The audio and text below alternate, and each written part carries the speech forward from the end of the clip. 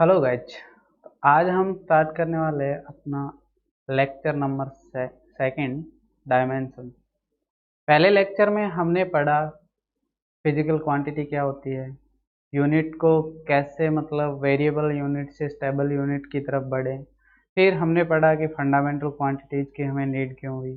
System of units के बारे में हमने पढ़ा और उसके बाद में ड्राइव्ड क्वांटिटीज़ के बारे में भी हमने जाना और कुछ यूनिट पे बेसिक से क्वेश्चन भी किए थे। आज हम बात करने वाले हैं डायमेंशंस को लेकर के। पहली चीज़ ये आती है कि इस चैप्टर में हम यहाँ डायमेंशंस की स्टडी क्यों कर रहे हैं और यहीं पर इसकी स्टडी करने की नीड क्यों है, हमें नीड क्यों है कि अभी हमें डायमेंशंस की स्टडी करनी चाहिए। हमने जिन फंडामेंटल क्वांटिटीज़ के बारे में पढ़ा था तो हमने देखा था कि 7 फंडामेंटल क्वांटिटीज़ होती है। उसके बाद में हमने देखा था कि प्लेन एंगल और सॉलिड एंगल को भी as a fundamental quantity use किया गया है। तो उसके बाद हमने जब ड्राइव्ड क्वांटिटी की तरफ बढ़े थे तो हमने ये देखा था कि ड्राइव्ड क्वांटिटी जो होती है वो फंडामेंटल क्वांटिटीज की टर्म्स में एक्सप्रेस की जाती है या टर्म्स में लिखी जाती है। तो अब हम ये देखते हैं डायमेंशंस के थ्रू हम डायरेक्टली इस बात का पता कर सकते हैं कि हमारी जो ड्राइव्ड क्वांटिटी है वो फंडामेंटल क्वांटिटीज के ऊपर किस तरह से डिपेंड करती है। इसी के लिए हम डायमेंशंस की स्टडी करते हैं और हम ये भी पता करते हैं कि कौन सी इक्वेशंस जो है, जो लिखी गई इक्वेशंस है, वो सही है भी या नहीं भी है। इस बारे में हम डायमेंशन से इजीली पता कर सकते हैं। तो हम स्टार्ट करते हैं आज का अपना lecture number second, dimension. Dimension, the dimensions of physical quantities are the powers or exponents to which the best quantities are raised to represent that quantity। मतलब हम जो ड्राइव्ड क्वांटिटी लिखते हैं उसके अंदर जो सिंबल आते हैं, मतलब कि जैसे मैंने वेलोसिटी को लिखा, for example velocity equals to क्या होता है, displacement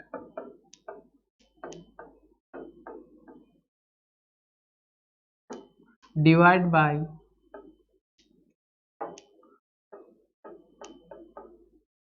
time. Displacement divide by time हमारा क्या होता है, वेलोसिटी होती है। लेकिन हम हर बार जब इन फॉर्मूलों को लिखते हैं तो हमेशा के लिए वेलोसिटी और डिस्प्लेसमेंट की स्पेलिंग नहीं लिखते।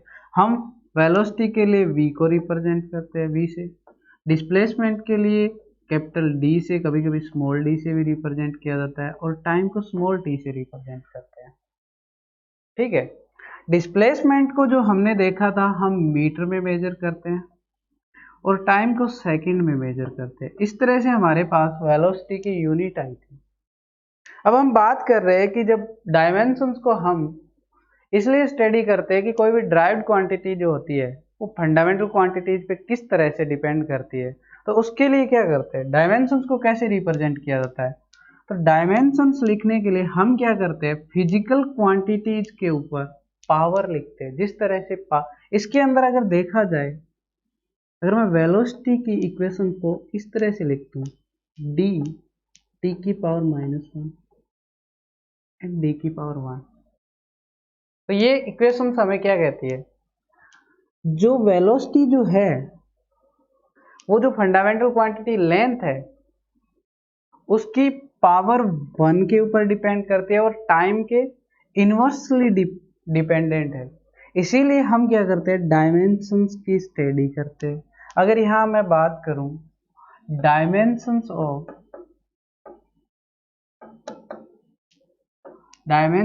ऑफ डिस्प्लेसमेंट कितनी है, 1। डायमेंशन ऑफ टाइम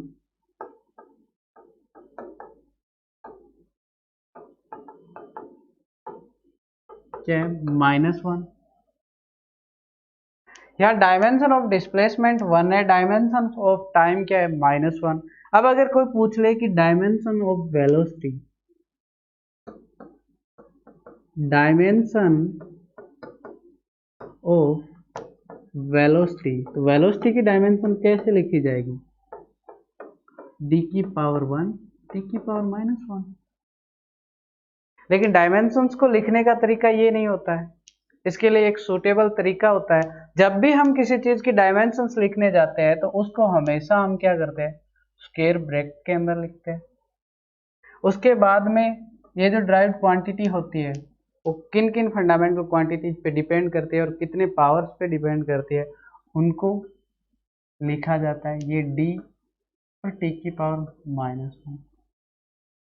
लेकिन जो फंडामेंटल क्वांटिटी है उनके लिए हम डायमेंशंस के अंदर क्या करते हैं, सिंबल का यूज करते हैं। बात ये आती है कि सर हम इनको इस तरह से क्यों नहीं लिख सकते, इनके लिए एक स्पेशली सिंबल का क्यों यूज किया जाता है।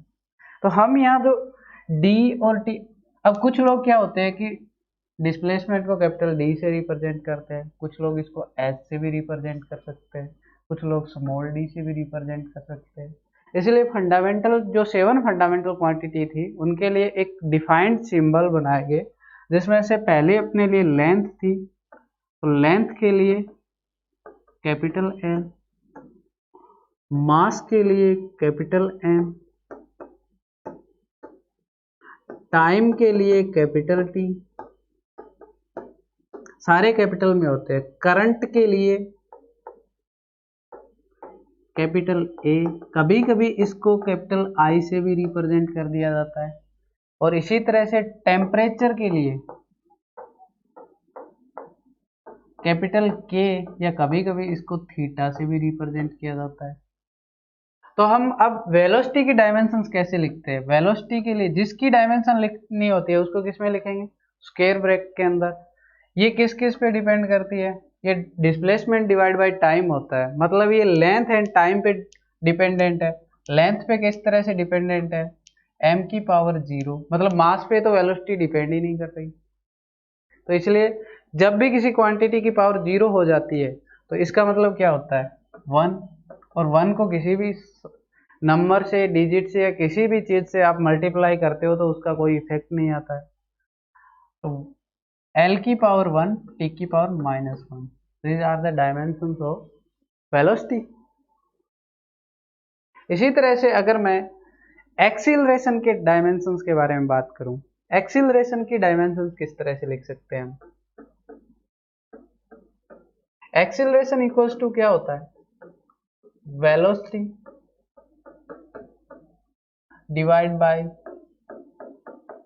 टाइम। हमने अभी भी वेलोसिटी की डायमेंशंस के बारे में पढ़ा है, अब हमें एक्सीलरेशन की डायमेंशन लिखनी है। हमें जिसकी डायमेंशन लिखनी होती है उसको क्या करते हैं, स्क्वायर ब्रैकेट के अंदर लिखते हैं।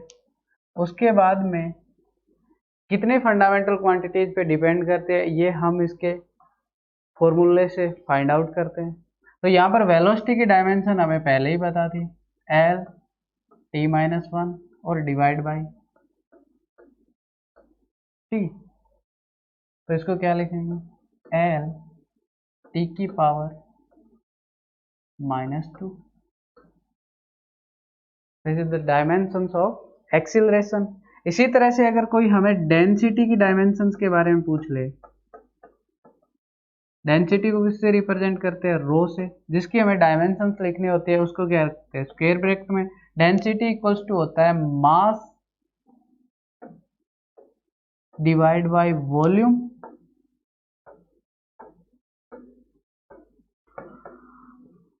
वॉल्यूम के लिए क्या लिखेंगे, मास, ये क्या होता है, लेंथ की क्यूब।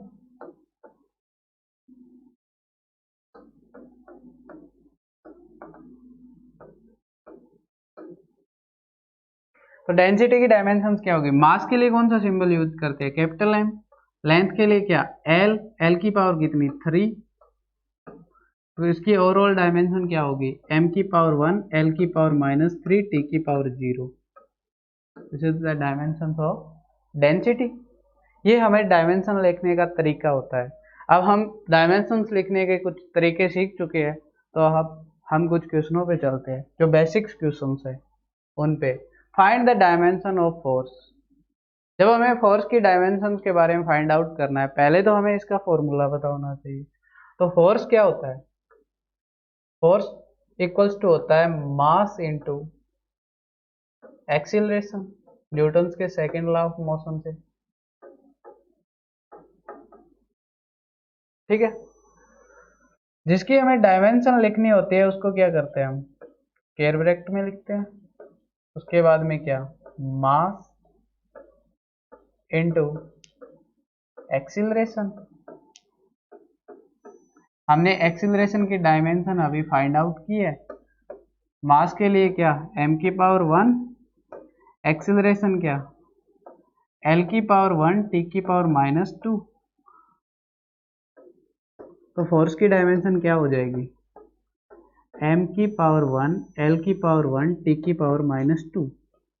और हम डायमेंशन से इसकी यूनिट भी लिख सकते हैं। किस तरह से लिख सकते हैं, मास मतलब केजी, लेंथ मतलब मीटर, टाइम मतलब सेकंड, सेकंड की पावर कितनी है, -2। ये क्या होती है, हमने पिछले लेक्चर में देखा था, यूनिट ऑफ फोर्स, और इसको प्यार से न्यूटन भी बोला जाता है। ठीक है। Find the dimension of plane angle. हमें प्लेन एंगल की डायमेंशन फाइंड आउट करनी है। हमने प्लेन एंगल के बारे में पिछले लेक्चर में बात की थी, इसको as a fundamental quantity use किया जाता है। तो इसकी डायमेंशन होती है या नहीं होती है, इसके बारे में बात करते हैं। प्लेन एंगल क्या होता है,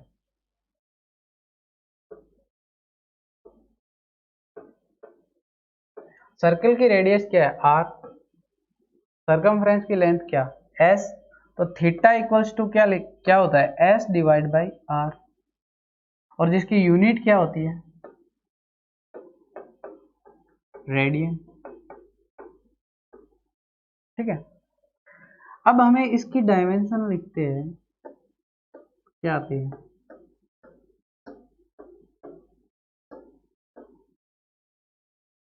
s क्या है, लेंथ ऑफ सर्कमफेरेंस, सर्कल की सर्कमफेरेंस की लेंथ, या इस आर्क की लेंथ बोला जाता है इसको। लेंथ को हमेशा किस में मेजर करते हैं, मीटर में, मतलब क्या, l divide by radius. Radius क्या है, रेडियस भी तो एक डिस्टेंस, एक लेंथ ही है। इसको किस में मेजर करते हैं, मीटर में, तो डिवाइड बाई क्या, l इक्वल्स टू क्या आ गया, m0 l0 t0। यानी कि जो प्लेन एंगल होता है वो क्या होता है, डायमेंशन लेस होता है। इसी तरह से सॉलिड एंगल भी क्या होता है, डायमेंशन लेस होता है। तो यहां से हमें एक चीज सीखने को मिलती है जो बहुत इंपॉर्टेंट है, प्लेन एंगल जो है वो डायमेंशन लेस है, फिर भी इसके पास यूनिट है। इसकी यूनिट क्या है, रेडियन। यानी कि हम ये कह सकते हैं कि जिस क्वांटिटी की डायमेंशंस होती है उसकी यूनिट है वो डेफिनेटली होती है। यानी कि जिस क्वांटिटी की डायमेंशन है उसकी यूनिट डेफिनेटली यूनिट होगी। अगर किसी क्वांटिटी के पास डायमेंशंस नहीं है तो उसकी यूनिट हो भी सकती है और नहीं भी हो सकती है। मतलब इसमें मे बी का यूज किया जाता है, आप मस्ट बी का यूज नहीं कर सकते यहाँ पर, कि जिस क्वांटिटी के पास जो क्वांटिटी डायमेंशन लेस है तो ज्यादा मस्ट बी यूनिट लेस। ये एक रॉन्ग स्टेटमेंट होता है, maybe unit maybe no. मतलब कि जिस क्वांटिटी के पास अगर डायमेंशन है उसके लिए यूनिट होना कंपलसरी है, उसके लिए यूनिट होगी। लेकिन जो क्वांटिटी डायमेंशन लेस होती है उसके लिए यूनिट हो भी सकती है और यूनिट नहीं भी हो सकती है। ऐसी कौन सी क्वांटिटी है जिसकी यूनिट भी नहीं होती है और वो डायमेंशन लेस भी है, तो इसके लिए एक एग्जांपल है स्ट्रेन, जो हम इलास्टिसिटी के चैप्टर में स्टडी करते हैं। स्ट्रेन इक्वल्स टू क्या होता है, delta L divide by L. Delta L क्या है, डेल्टा एल डिफरेंस होता है L final minus L initial का। डेल्टा एल भी तो एक लेंथ ही है, इसको किस में मेजर किया जाता है, मीटर में। तो ये क्या, एल, एल भी तो एक लेंथ है, इसको किस में मेजर करेंगे, मीटर में। मतलब लेंथ के लिए सिंबल क्या, कैपिटल एल इक्वल्स टू क्या, m0 l0 t0। मतलब स्ट्रेन जो होती है वो क्या है, डायमेंशन लेस क्वांटिटी है। स्ट्रेन जो है वो क्या है, एक डायमेंशनलेस क्वांटिटी है, और स्ट्रेन के पास इसकी खुद की यूनिट भी नहीं है। स्ट्रेन के पास क्या नहीं है? इसकी खुद की यूनिट भी नहीं है। तो मतलब वो स्टेटमेंट जो अभी हम बात कर रहे थे कि ऐसी क्वांटिटी जिन जो यूनिट लेस होती है उनके पास यूनिट हो भी सकता है और नहीं भी हो सकता है, लेकिन ऐसी कोई क्वांटिटी नहीं है जिसकी डायमेंशन है लेकिन उसकी यूनिट नहीं है। This is a more important statement. अगला आता है find the dimension of kinetic energy. Kinetic energy क्या होती है? काइनेटिक एनर्जी होती है half of M V square, half of M V square. 1/2 जो है वो एक न्यूमेरिकल वैल्यू है, और न्यूमेरिकल वैल्यू की कोई डायमेंशन नहीं होती है। हमें काइनेटिक एनर्जी की डायमेंशन फाइंड आउट करनी है, तो काइनेटिक एनर्जी को किस में लिखूं मैं?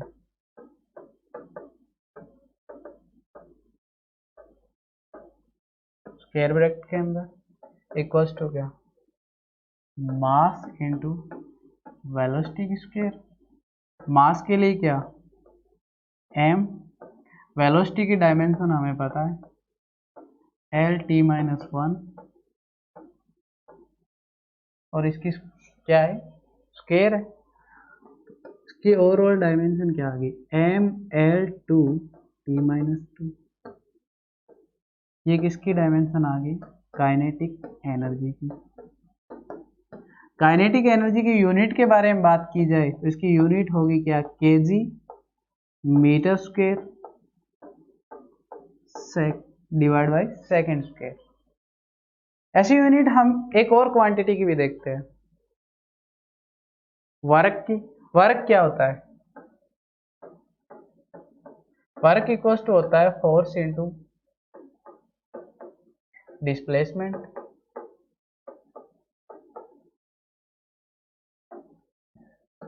हमें वर्क की अगर डायमेंशन फाइंड आउट करनी हो तो क्या लिखेंगे? फोर्स की डायमेंशन इंटू डिस्प्लेसमेंट की डायमेंशन। फोर्स की डायमेंशन हमें पता है, अभी हमने पीछे फाइंड आउट की थी, m1 L1 t-2, and displacement की क्या? L। तो यहां से मेरे पास में वर्क की जो डायमेंशन आ गई वो क्या आ गई? m L2 L की पावर 2 t की पावर -2। तो मतलब काइनेटिक एनर्जी और वर्क डन की डायमेंशन क्या होती है? सेम होती है। तो ये चीज की कोई बाउंड्री नहीं है कि जो ड्राइव्ड क्वांटिटी होती है उनमें से एक से ज्यादा क्वांटिटीज की डायमेंशन क्या होती है? सेम हो सकती है। ये कंपलसरी नहीं है कि वो सेम नहीं होगी, वो सेम हो भी सकती है और नहीं भी हो सकती है। जिस तरह से काइनेटिक एनर्जी और वर्क डन की डायमेंशन क्या है? सेम है। इससे और भी क्वांटिटी मिल सकती है जिनकी डायमेंशन सेम है, और जिनकी डायमेंशन सेम होती है उनके यूनिट भी सेम होते हैं। इसका यूनिट क्या होगा वर्क डन का? KG metre square divide by second square, और इसको प्यार से किस में मेजर करते हैं? जूल में। और काइनेटिक एनर्जी को भी किस में मेजर करते हैं? जूल। ये चीजें हम आगे जाके पढ़ेंगे जब हम एनएलएम की स्टडी कर रहे होंगे, फ्रिक्शन की स्टडी के बाद जब work done, work power and energy का चैप्टर जब हम स्टडी करते हैं तो उसके अंदर हम देखते हैं कि कितना काम करने के बाद हमें कितना आउटपुट मिलता है, कितनी एनर्जी जो है वो हमारी काइनेटिक एनर्जी में कन्वर्ट होगी और कितनी एनर्जी जो है वो हमारी हीट के अंदर चली गई।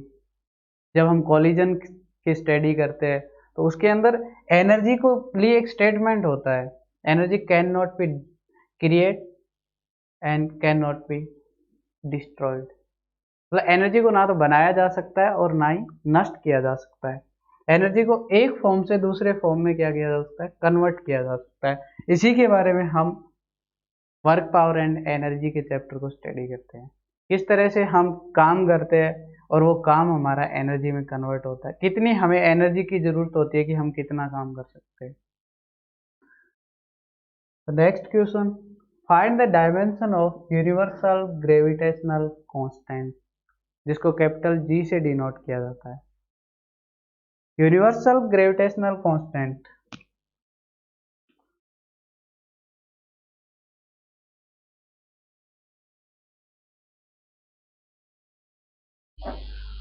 Next question, find the dimension of universal gravitational constant. Force equals to होता है capital G m1 m2 divide by r square, जहाँ पर कैपिटल G को ग्रेविटेशनल कांस्टेंट बोला जाता है, F फोर्स है, R जो है वो डिस्टेंस बिटवीन टू ऑब्जेक्ट है, ये डिस्टेंस है, m1 एंड m2 ये टू ऑब्जेक्ट्स के मास होते हैं। तो हमें ग्रेविटेशनल कांस्टेंट की क्या निकालनी है, डायमेंशन निकालनी है। इसके लिए हम जिसकी डायमेंशन निकालनी होती है जब, उनको क्या करते हैं, हम स्क्वायर ब्रैकेट के अंदर लिखते हैं। तो लिख देते हैं capital G m1 m2 divide by r square. Force की डायमेंशन पता है हमें, m1 m2 की पता है, r2 की पता है, G की फाइंड आउट करनी है। तो हम इसको थोड़ा सा सिंप्लीफाई करते हैं, G को इधर ले आते हैं, ये क्या हो जाता है F into R square divide by m1 m2।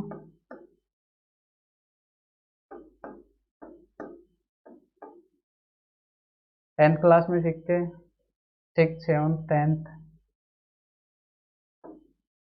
G equals to क्या होगा, फोर्स की डायमेंशन क्या होती है, m की पावर 1 l की पावर 1 t की पावर -2। r क्या है, डिस्टेंस, डिस्टेंस को किस में मेजर करते हैं, मीटर में। इसके लिए सिंबल क्या है l, l की क्या है स्क्वायर डिवाइड बाय m की पावर 1 इंटू m की पावर 1। एक m की पावर 1 से एक m की पावर 1 कैंसिल, तो G की जो डायमेंशन आ गई वो मेरे पास क्या आ गई, m की पावर -1 l की पावर 3 t की पावर -2। यहाँ कभी कभी क्या होता है कि बच्चों को एक दिक्कत आती है कि यहाँ l की पावर 3 कैसे कर दी और m की पावर -1 कब कैसे करती। जब बेस सेम होता है, क्या बेस सेम होता है, तो पावर का क्या होता है, एडिशन होता है।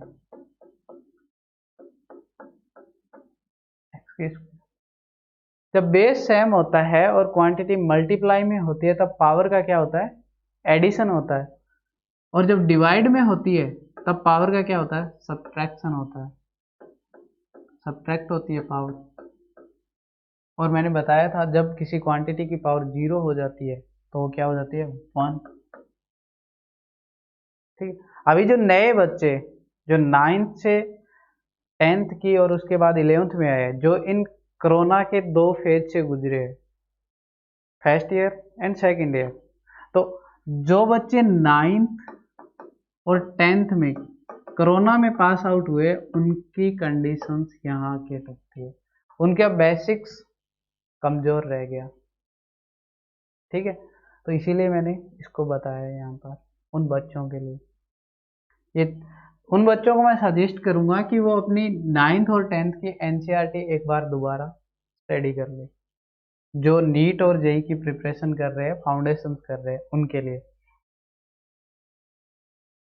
Next question, find the dimension of Boltzmann constant.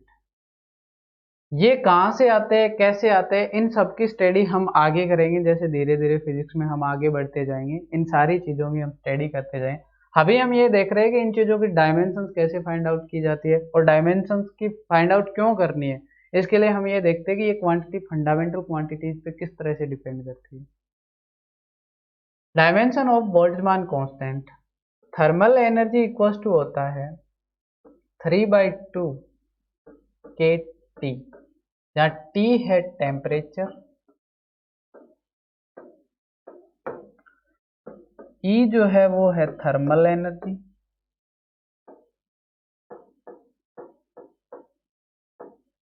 और K जो है वो है Boltzmann constant.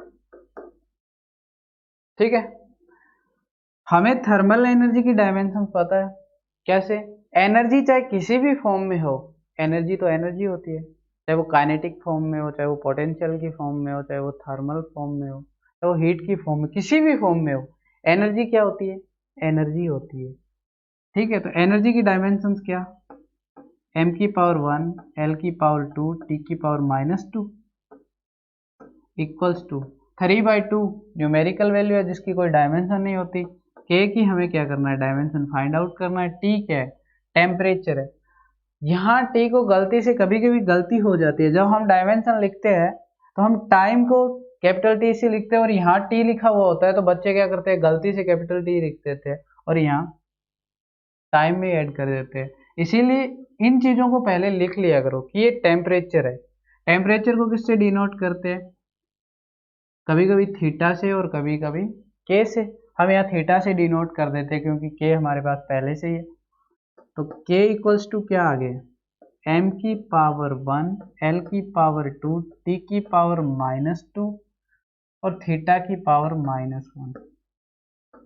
Dimension of Boltzmann constant. अगला क्वेश्चन है, find the dimension of thermal conductivity. Thermal conductivity ये क्या होती है, कहाँ से आते हैं, इन सब के बारे में हम थर्मल फिजिक्स के अंदर स्टडी करेंगे। Q divide by T equals to होता है के टू एरिया जो delta T divide by L, जहाँ पर A होता है एरिया, डेल्टा टी होता है टेम्परेचर डिफरेंस,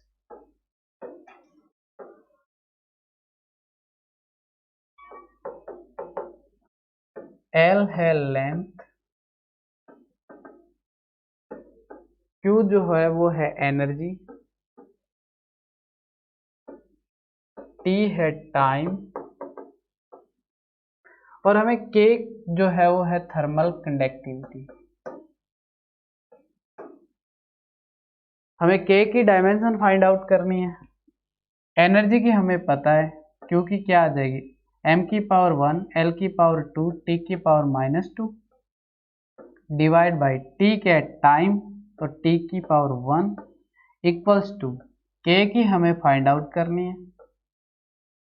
एरिया की dimension l square, delta t theta से डिनोट करते हैं, डिवाइड बाई l। एक l से एक l कैंसिल हो गया, t ऊपर जाएगी तो -3 हो जाएगा t का। तो ये क्या बन गया यहाँ पर? m की पावर 1, l की पावर 2, t की power -3 equals to k into L into theta. तो k की डायमेंशन जो है वो हमारे पास क्या आ गई? m की पावर 1, l की पावर 1 क्योंकि एक l, k इक्वल्स टू हो गया m की पावर 1, l की पावर 2, t की पावर -3 डिवाइड बाय l की पावर 1, थीटा की पावर 1। एक l की पावर 1 से एक l की पावर 1 कैंसिल। थर्मल कंडक्टिविटी की डायमेंशन आ गई m की पावर 1, l की पावर 1, t की पावर -3, थीटा की power -1। Dimension of thermal conductivity. इसी तरह से अगला क्वेश्चन है, find the dimension of coefficient of viscosity. Viscosity की स्टडी हम फ्लूइड के चैप्टर में करेंगे। जो लिक्विड का फ्रिक्शन हम फाइंड आउट करते हैं वहां पर हम कोफिशिएंट ऑफ विस्कोसिटी के बारे में बात करते हैं। ये होता है force into Neeta area into delta we by delta x. Delta we जहां पर वेलोसिटी हो, ए एरिया है, डेल्टा एक्स डिस्प्लेसमेंट है,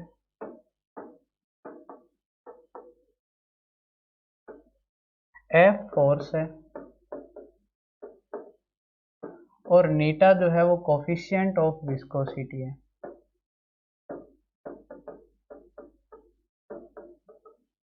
हमें फोर्स की डायमेंशन पता है, एरिया की पता है, वेलोसिटी की पता है, डिस्प्लेसमेंट की पता है। हमें अननोन क्वांटिटी हमारे पास क्या है, नीटा।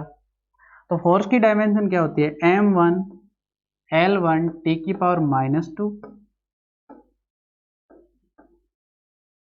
नीटा की हमें फाइंड आउट करनी है, एरिया की L स्क्वायर, वेलोसिटी की L T -1 divide by displacement की L, एक L से एक L कैंसिल। तो नीटा की डायमेंशन जो है वो क्या आ जाएगी,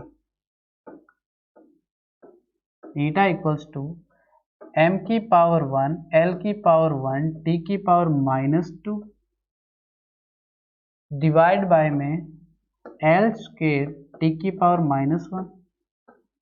L ऊपर जाएगा तो L की पावर -2 हो जाएगी, टी की पावर -1 है वो ऊपर जाके टी की पावर 1 बन जाएगी। तो नीटा की डायमेंशंस क्या होगी, m की पावर 1 L की पावर -1 टी की power -1 dimension of coefficient of viscosity. अब हमने इतनी सारी डायमेंशंस निकालना सीख लिया है, तो प्रीवियस ईयर में एक क्वेश्चन आया हुआ है जो जेई एडवांस 2013 में, हमें हमारा जो मेन मोटो है जिसके लिए हम प्रिपरेशन कर रहे हैं आईआईटी जेई की, उसमें किस तरह से क्वेश्चन पूछे जाते हैं उसके बारे में भी थोड़ा जिक्र कर लेते हैं। हमने अभी तक बोल्ट्जमान कांस्टेंट की डायमेंशन को स्टडी कर लिया है, कोफिशिएंट ऑफ विस्कोसिटी के बारे में भी देख लिया है, थर्मल कंडक्टिविटी की भी स्टडी कर लिया। प्लांक कांस्टेंट का हमें नहीं पता है, प्लांक कांस्टेंट के बारे में हमें नहीं पता है, लेकिन तीन का तो पता है।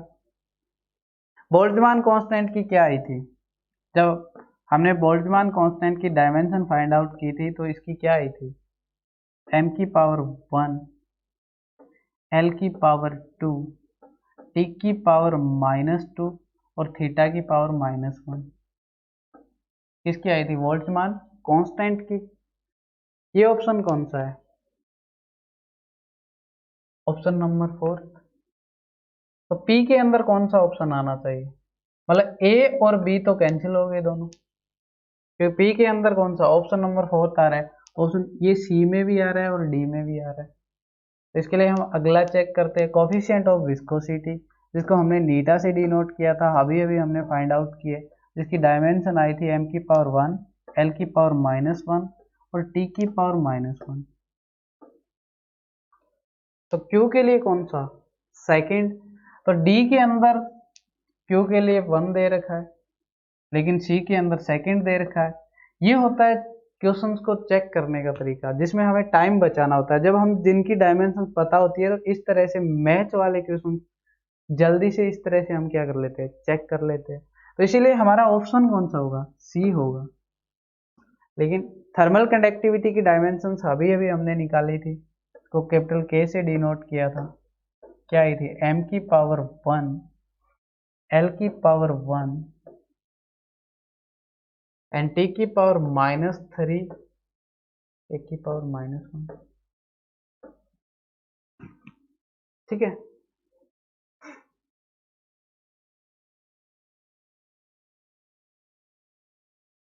तो एस के अंदर हमारा कौन सा आ गया, थर्ड ऑप्शन आ गया। अब बात करते हैं प्लांक कांस्टेंट की। हमें प्लांक कांस्टेंट के बारे में पता नहीं है। जब हम मॉडर्न फिजिक्स की स्टडी करने जाते हैं, जब हम लाइट्स के बारे में स्टडी करते हैं, तो प्लांक साहब ने एक बहुत ही अहम भूमिका निभाई थी और एक इक्वेशन दी थी उन्होंने, E बराबर hc बाई लेमडा, जहाँ पे h क्या है, प्लांक कांस्टेंट, E क्या होती है, एनर्जी, C क्या है, स्पीड ऑफ लाइट,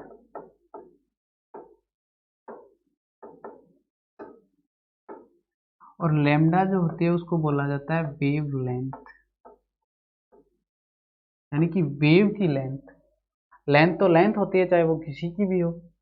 इसको किस में मेजर करते हैं, मीटर में। स्पीड, स्पीड को किस में मेजर करते हैं, मीटर पर सेकंड में। एनर्जी के बारे में भी हमें पता है, हमें किसकी डायमेंशन चाहिए, एच की डायमेंशन चाहिए, तो एच की डायमेंशन डायरेक्ट यहाँ से लिख सकते हैं, एनर्जी की डायमेंशन m1 L2 टी की पावर -2 डिवाइड बाय स्पीड को नीचे ले आओ, L टी की पावर -1 लेमडा को ऊपर कैंसिल। इसकी डायमेंशन क्या आ गई, एम एल की पावर 2 1 की पावर -1।